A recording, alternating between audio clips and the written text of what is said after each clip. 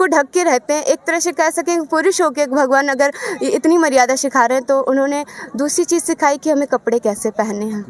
ठीक है, तो मतलब मैं एक कोने पे एक स्लीपर को उतार देता तो दूसरे स्लीपर को दूसरे कोने पे, चोर भी यहाँ से वहाँ ढूंढने नहीं जाएगा। तो वो टाइम पहली बार अकेले आई थी, मैंने अर्जी जैसी की लगाई थी कि भगवान अगर ये प्रेत बाधा असर करे आए भी तो वो मेरे ऊपर आए। तो ऐसा ही हो रहा है। तो माँ की जरूरत नहीं है, लेकिन माँ कई बार आ चुकी हैं, धाम आती रहती, घूम जाती है। जैसे कि आपने बताया, आप क्या नाम है आपका? आशी यादव। आशी। जय श्री राम, जय बागेश्वर धाम। दोस्तों, जैसा कि आप लोग जानते हैं, पूज्य गुरुदेव इस समय धाम पर उपस्थित हैं और आगामी 9 तारीख तक पूज्य गुरुदेव धाम पर ही रहेंगे। उसके बाद जो उनकी आगामी कथा है पनवेल के लिए, वहाँ के लिए प्रस्थान करेंगे। फिलहाल हमारे साथ जुड़ चुकी हैं कानपुर से आशी जी, आशी यादव जी। तो इनके द्वारा हम जानने की कोशिश करेंगे बागेश्वर धाम के बारे में, क्योंकि बहुत लंबे समय से आप यहाँ पे जुड़ी हुई हैं। सबसे पहले कैसे आपका जुड़ना हुआ, कैसे आपको पता चला बागेश्वर धाम के बारे में? एक्चुअली ना मेरी माँ को मतलब प्रॉब्लम थी, ऐसे कहते हैं कि ऐसी बाधा जिससे कि माँ मेरी शायद 12-13 साल की रही होंगी, तो उन्हें कभी एक ऐसी मतलब कहने की बात है, मानना भी पड़ता है क्योंकि अब हम सब मानते हैं कि हाँ जिंदा आत्माएं होती हैं या प्रेत होते हैं, तो मतलब उन्हें परेशानी थी।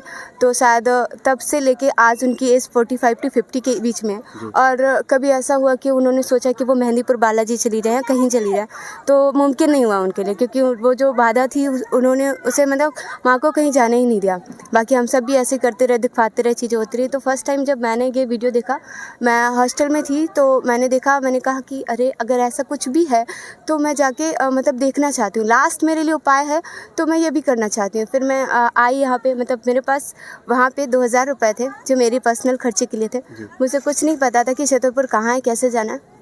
बस मैंने रात में वीडियो देखा और सुबह जाने का विचार बना लिया। मॉर्निंग में उठती हूँ 5 बजे, नहा धो के फर्स्ट टाइम मैंने कुर्ती वियर की थी। वो पहला एक्सपीरियंस था। वो गुरुदेव सिखाते हैं, कहते हैं ना, अभी जो बहुत सारी चीज़ें मैंने यहाँ पे आके ऐसे सीखी।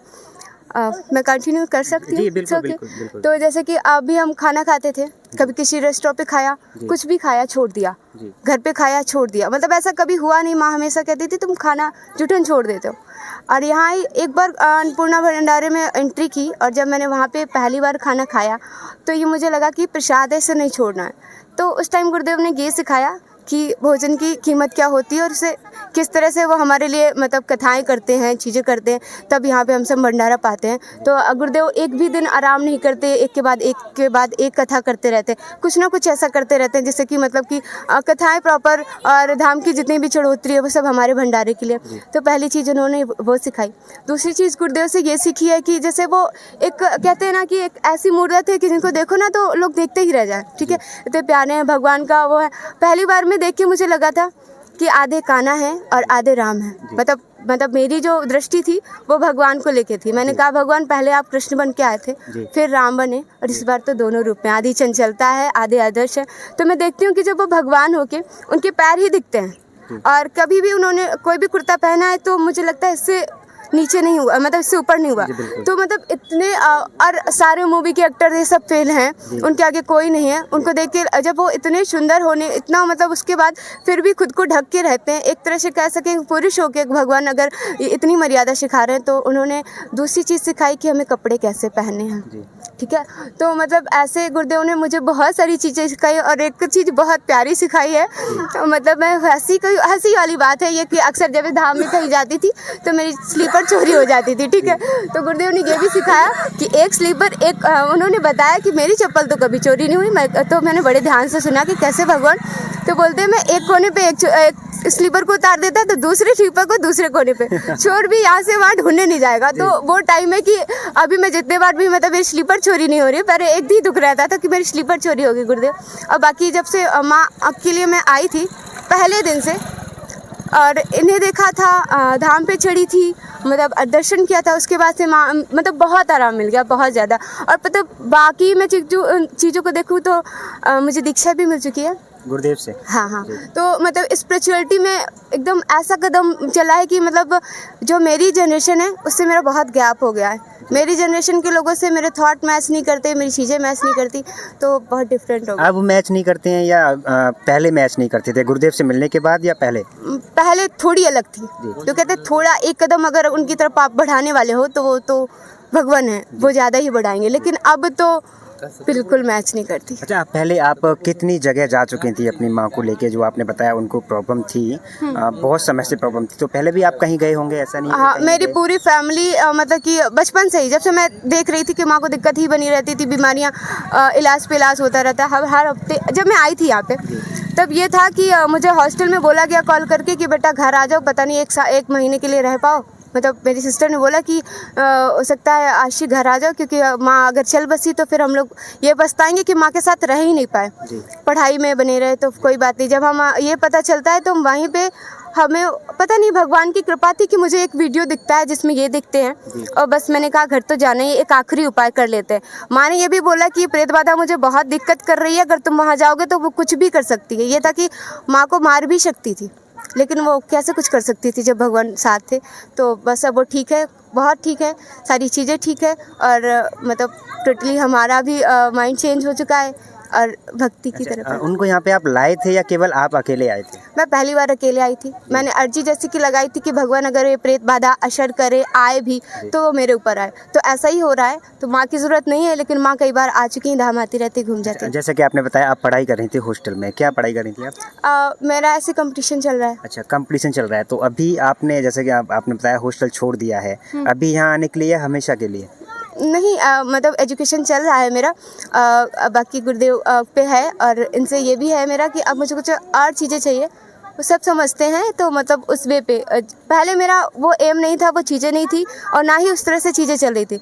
जब ये आए तो इन्होंने फ्यूचर प्लानिंग भी बदल दी, पूरी तरह बदल दी। आप जिस प्रकार से आप भक्ति भाव में जाते जा रहे हैं, रास्ता जो आपने अपनाया है, लेकिन कहीं ना कहीं आपको ऐसा नहीं लगता कि आपका जो पढ़ाई करनी थी, आपका जो लक्ष्य प्राप्त करना था, बहुत ज़्यादा अच्छे से हो रहा है, बहुत अच्छे से हो रहा है। मतलब पहले एक छोटे मिनी गोल थे, अब वो जैसा कि वो देखते हैं ना ब्रॉड लेवल पे, तो वो बस वो कहते हैं कि ये नहीं, ये करना है।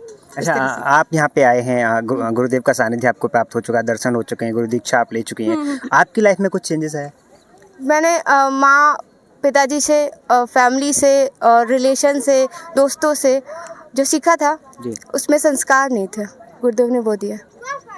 जो भी मतलब एक बार दिल से अगर उनको थोड़ा सा भी मान लेगा, अनुसरण कर लेगा, मुझे नहीं लगता कि जब तक दिल से नहीं झुकोगे, मतलब एक ना बहुत सारे लोग आते हैं ऑर्डिनरी कि हाँ ठीक है, बागेश्वर धाम एक ऐसा वो है कि मतलब चलो एज ए टूरिज्म आ गए, ठीक है, तो वो नहीं, अगर दिल से तुम उनकी शरण में आयो तो बहुत कुछ बदल रहा है। आपकी एज भी ज़्यादा नहीं है, लेकिन जब आप पढ़ाई करती हैं, जब आपके जो फ्रेंड सर्कल है उनको पता होगा कि आप ये सारी चीज़ें छोड़कर अभी बागेश्वर धाम की ओर ज़्यादा आकर्षित हो रही हैं, तो कहीं उन्होंने आपने कभी रोका टोका नहीं कि आप क्यों उनके चक्कर में पड़ रही हैं? क्या वो टोक नहीं पाए, लेकिन वो परेशान बहुत है, क्योंकि देखो जैसे कि जिस एज में जो चीज़ मॉडर्न वो है, अपन भी है, तो मतलब कि उन्हें ये लगता है कि और एक लेवल था कि मैं थोड़ा अपर थी, मतलब जो सर्कल था उसमें अपर थी, हर चीज़ में अपर थी। लेकिन अब क्या है कि मैंने टर्न बिल्कुल ऐसे ले लिया, लेकिन ऐसा नहीं है कि मतलब उन लोगों के बीच नहीं हूँ, हाँ हूँ, लेकिन उन्हें सबको समझ आता है, तो कभी कभी कहते हैं साधु बन गई। अच्छा, आपको साधु बन गई ऐसा भी कहते हैं लोग? हाँ, बहुत। अच्छा, आपको ऐसे कोई प्रॉब्लम है कि वो आपको ऐसे कहते हैं? नहीं, कोई प्रॉब्लम नहीं है। और ऐसा है कि बहुत सारे लोग ये जब मुझे देखते हैं ना, मुझे पता है ज़्यादातर लोग ये सोचते हैं कि अरे यार, अगर मैं जैसे मैं हूँ, मेरे प्लान्स चल रहे हैं, मेरी चीज़ें, तो मतलब कि अगर मैं सक्सेस हो जाती हूँ एक लेवल पे, तो उन्हें वो ज़्यादा मोटिवेशन लगेगा कि अरे यार वहाँ जाने से ऐसा हो गया। बाकी स्पिरिचुअलिटी में जो इनर साउल में जो पीस है ना, वो अभी फील नहीं कर पाएंगे, बाद में कर पाएंगे। जो कि आप अभी कर रहे हैं, जैसा कि हम देख पा रहे हैं, आप लगातार माला जब भी कर रही हैं। पहले कब करती थी कभी आप, या बाकी से? दीक्षा पात्र हूँ ना, तो मतलब कि मुझे करना है, और आज एकादशी है तो मेरा व्रत भी है भगवान के लिए, तो बस इसलिए। कब ली थी आपने पूज्य गुरुदेव से दीक्षा? पहली बार जब मैं आई थी, मुझे गुरुदीक्षा मिलने वाली थी। एक तो गुरुदेव ने उस टाइम ये कहा कि मेरे मन में ये था कि मैं गुरुदीक्षा लूँगी, और उसी टाइम गुरुदेव से बात कर लूँगी कि मेरी माँ को ये प्रॉब्लम है, तो वो भी सॉल्व कर दो। तो भगवान ने उसके बाद मतलब कि पता नहीं क्या मेरी बात पढ़ ली, मन में बोला, उन्होंने माइक में बोला कि जो लोग ये सोचना चाहते हैं कि गुरु दीक्षा के बहाने वो अपनी पर्सनल प्रॉब्लम्स को लेना चाहते हैं, तो ये नहीं करना है, जिनका ध्येय सिर्फ गुरु दीक्षा का हो वही आए। मैंने मन में सोचा मैं गलत हूँ, तो फिर मैं उस टाइम दीक्षा लेने नहीं गई। और फिर अभी जो मैं मतलब कि अभी जो गुरु पूर्णिमा थी, तो उस टाइम मुझे आना था यहाँ पे। वो भी बहुत अच्छी स्टोरी थी। मतलब मैंने बोला कि मुझे जाना है, मेरे दादाजी की तबीयत ख़राब थी, तो फैमिली ने बोला कि अभी मत जाओ, साथ में फिर चलेंगे। और मैं रात में 12-1 बजा था, मैं छत पे जाके अकेले इनके लिए रोई थी। बहुत रोई थी गुरुदेव के लिए, गुरुदेव के हाँ, लिए। कि मुझे आपके पास आना है। पता नहीं क्या हुआ कि सुबह अगले दिन 3 बजे बहुत भयंकर बारिश हो रही थी। मेरे पूरे कपड़े भीग चुके थे, बैग में मतलब पॉलीथीन, सर पे पॉलीथीन, ठीक है, और मैं चल दी। और मेरे पास इनफ मनी भी नहीं थी क्योंकि गुस्से में मांगी ही नहीं फैमिली से, जी। ठीक। और कभी कभी ऐसा होता है कि पॉकेट मनी इनफ रहती है, तो उन्होंने भी नहीं सोचा कि यार 1000, 1500, 2000 तो इसके पास होंगे। मेरे पास सिर्फ 550 रुपये थे।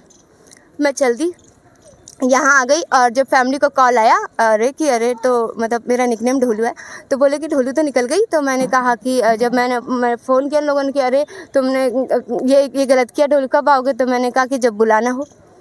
तो मेरे लिए पैसे भेज दी ना तो मैं आ जाऊंगी, अदरवाइज तो यहाँ रहना फ्री, खाना फ्री। गुरुदेव है हमारे, मैंने कहा ये मेरा घर है, जैसे गुरुदेव कहते हैं बागेश्वर धाम आपका घर है, अपने बाप का घर है। तो घर वालों को फिर पूरी फैमिली दोबारा मुझे कार से लेने आई कि चलो भैया वो ठीक है। उस टाइम मुझे दीक्षा मिली थी, उस टाइम मेरा देश शिव गुरु दीक्षा का था। जहाँ गुरुदेव का जब जन्म महोत्सव था शायद, आप हाँ, उस समय की बात उस कर रही समय हैं। की बात कर रही अच्छा, अभी आप यहाँ पे अकेली आई हैं या फैमिली मेंबर्स के साथ आई हैं? अकेले आई हूँ। तो हमेशा आपको ऐसे ही भेज देते हैं, कभी ये नहीं सोचते कि हमारी अकेली बच्ची है, वहाँ कहीं कोई दिक्कत ना हो जाए? नहीं, फैमिली मेरी आती रहती है। उनको पहली बार ये लगा है कि किसी ऐसी चीज़ के प्रति इसका इतना रुझान। मैं मतलब कि पहले क्या होता था कि तो मुझे फ्रेंड्स के साथ पार्टी है, ये है, यहाँ जाना है, वहाँ जाना है, मतलब बहुत सारी चीज़ों के प्लान्स होते थे। लेकिन अब क्या है, सिर्फ बागेश्वर जाने दो, तो उनको लगता है कि नहीं ठीक है जहाँ भी जाए। और सब मानते हैं कि इसका दहेज की चीज़ें पूरी तरह इतनी चेंज है। पहले भी बचपन में भी चेंज थी, कान्हा को बहुत माना है मैंने, कान्हा जी की बहुत पूजा की है। जैसे मैं जाती थी हॉस्टल में भी रह रही थी, तो अपने कान्हा को लेके जाती थी, साथ में लेके आती थी। घर 2 दिन के लिए आई तो कान्हा लेके आ रहे, मतलब वो मेरे साथ रह रहे थे।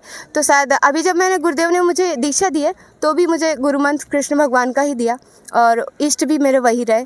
तो इस तरीके से शायद वो पुरानी भक्ति काम आ गई। यानी आप भक्ति भाव में शुरू से थी, लेकिन जब कहते हैं ना कि जब तक एक गुरु का साथ ना मिले तब तक आप सच्चे मार्ग पर नहीं चल पाते हैं। आपके जीवन में जो परिवर्तन आना चाहिए वो नहीं आ पाता है, और वही परिवर्तन शायद अब हमें देखने को मिल रहा है। अच्छा, एक चीज़ और जानना चाहूँगा, जो गुरुदेव का स्वभाव है, जिस प्रकार से वो बातें करते हैं अपने भक्तों के साथ, ना छोटा ना बड़ा ना बुजुर्ग, सबके साथ हंसी ठिठोली करते हैं, कैसा लगता है आपको?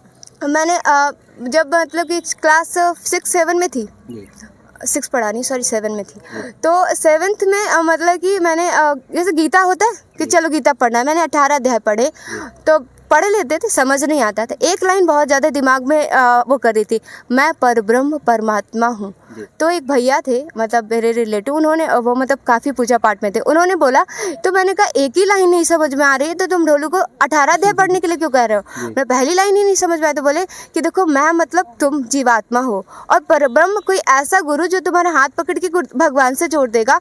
बिल्कुल जब वो तुम्हें लगेगा कि नहीं वो सच में इन्होंने जोड़ा है, सबको बालाजी से जोड़ा है, तो ये परब्रह्म है, और फिर जिनसे जोड़ा है वो परमात्मा है। तो मतलब एक सार जो मतलब इस एक जो परब्रह्म नाम का वर्ड मेरे लाइफ में कमी थी, जब मैंने गीता पढ़ रखी थी, तो जब ये आए हैं तो मुझे लगा नहीं, ये फिक्स है, इन्होंने पूरी कर दिया। यानी जो बागेश्वर धाम के बारे में आपने सुना था वही एग्जैक्ट यहाँ पे आपने पाया है। सुना कम था, सुना कम था।